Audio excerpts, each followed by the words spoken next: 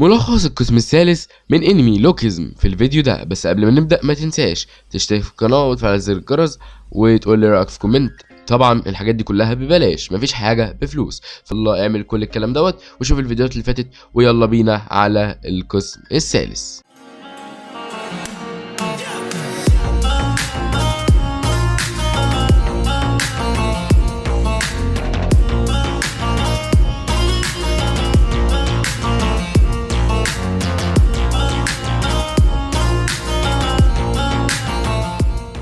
بيبدأ القسم الثالث من انمي لوكيزم بمشهد بيكون فيه واحد اسمه نامسو وهو لابس حذاء غالي والكل بيبص له، وبعد كده بيقابله جين سيونغ واصدقائه وبيبقوا هيضربوه، وبيقول جين سيونغ لماذا ترتدي نفس حذائي، وبيبقى اصدقاء جين سيونغ هيضربوا نامسو، ولكن جين سيونغ بيقول لهم لا بأس هيا نرحل. فهم بيقولوا له في حاجة انت مالك، لماذا تجعلنا نرحل، وبيعلقوا ويقولوا انه شكله اتأثر بهيونغ سيوك. وبعد كده نامسو بيقول انه مش الحذاء بس، ولكن هو عدى على بائع واشترى شيء جميل، وبنعرف انه خاتم، وبيرفع النضارة على اساس يبين الخاتم وكل البنات تبصله، ولكن ده اللي بيفتكره، ولكن كل البنات بتبص لجاي بول. ونام سو بيقول ماذا، وبيبص على جاي بول ويلاقيه لابس 5 خواتم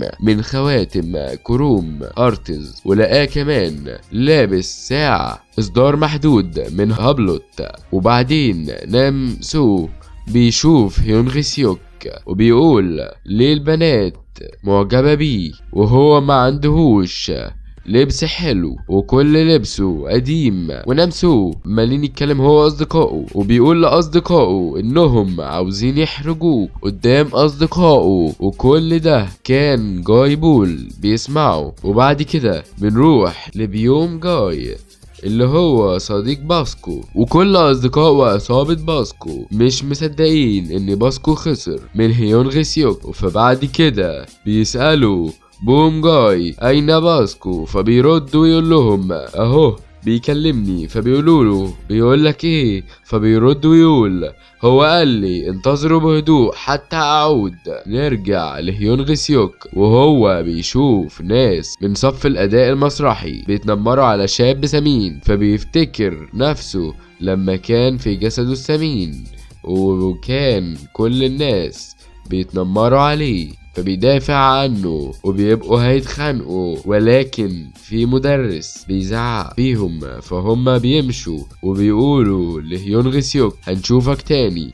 وبعد كده بنرجع لهيونغ سيوك وهو في الفصل. جاي بول بيبقى بيبص على هيونغ سيوك وعلى لبسه، وبعد كده الكل بيروح وام هيونغ سيوك بترن عليه، فبيرد وهو في جسده الوسيم، ولكن والدته بتقوله مال صوتك، فبيقول لها صوتي اتغير بسبب ان عندي دور برد، فبتقوله انها عايزة تيجي غدا وتحتفل معاه. فبيقول لها انه بالصبح بيبقى في المدرسة وبالليل بيبقى بيشتغل، وهي عايزة تجيله عشان تعيد معاه عيد ميلاده. فبيبقى جاي بول موجود وبيسمع. وبعد كده بنروح لهيونغ سيوك وهو في جسده السمين وبيكتب في مذكرة بتاعته ان صوته بيتغير من جسد لجسد، وبتدخل عليه واحدة وبتكون دي اللي شافته مرة بيتدرب وبتشتري حاجة وبتبتسم له وبتمشي. وبنروح لهيونغ سيوك وهو في جسده الوسيم بيتغدى مع الشاب السمين، والشاب السمين بيقول لهيونغ سيوك انت ليه دافعت عني ودلوقتي عاوزني اتغدى معاك؟ فهيونغ سيوك بيقوله لاننا متشابهان. فبيقوله انت وسيم ولكن انا سمين وعائلتي فقيرة، فبيقوله وانا كمان عائلتي فقيرة. وبعد كده بنروح لفريق باسكو وبيكونوا قاعدين مستنيين هيونغ سيوك علشان يعدي ويضربوه. وبنروح لهيونغ سيوك وهو ماشي بيقابل جاي بول وبيديله شنطة مليانة هدوم، وبعد كده بيركب السيارة وبيبقى سايب له مش شنطة واحدة كذا شنطة، وبعد كده بيعيد عليه عيد ميلاده وبيمشي ويسيبه. وبنرجع لفريق باسكو ونلاقيهم كلهم مضروبين من جاي بول، وبنرجع لهيون غسيوك وهو في جسده السمين بيكلم والدته وبيقول لها ان اصدقائه اعطوه العديد من الهدايا. وبنروح تاني يوم في المدرسة وبيكون الطالب اللي اسمه نامسو هو واصدقائه كانوا عاوزين يجرحوا مشاعر هيون غسيوك امام اصدقائه لانه لابس ملابس قديمة. فبعد كده اول ما بيدخل هيون غسيوك بيلاقوه لابس العديد من الماركات، ما بيقدروش يكلموه، والبنات بتسأل هيون غسيوك من الذي اعطاك الملابس. فبيبص على جاي بول ويلاقي انه مش عاوز هيون غسيوك يقول اسمه، فبيقول انه صديق. وبنروح ليه اللي كيس ودوت بيبقى مكان بيختبروا فيه مغنيين الراب، وبيكون هناك الشاب السمين وكمان الشخص اللي بيضربه. وبنرجع لهيون غسيوك وبيكون بيحضر اكل لنفسه، وبنرجع للشاب اللي بيتنمر على الشاب السمين وهو بيتم اختباره وبيكون من افضل الناس. وبعد كده الشخص اللي بيختبر الناس بيقول اختبرت الكل، فبيرد عليه المساعد بتاعه ويقول له ما عدا واحد، ولكن لما بيشوف صورته بيقول له خليه يمشي. ايه التنمر دوت؟ بيروح للشاب السمين ويقول له وجدنا فائز يمكنك الرحيل. فبيقول له طب اعطيني فرصة اجرب فيها نفسي وكده. فبيمشي وهو ماشي بيسمع الشخص اللي بيختبر الناس بيقول للمساعد بتاعه لا تسمح للاشخاص امثاله بالحضور. بنعرف بعد كده ان الشاب السمين اسمه ديوك هو، وهيون غسيوك بيروح يسلم على ديوك هو، وديوك هو بيسمع البنات بتقول تلاقي هيون غسيوك عاوز خادم او اتنين. فبيقول ديوك هو لهيون غسيوك انه ليه بيعامله بلطف ويمشي ويسيبه. وبنروح لديوك هو وهم بيتنمروا عليه. بعد كده ديوك هو بيقرر انه ينضم في مهرجان جايون العاشر، وهو مروح بيعدي على جدته وهي بتقوله هل تأكل؟ فبيقول لها ما ينفعش اكل حاجة للبيع.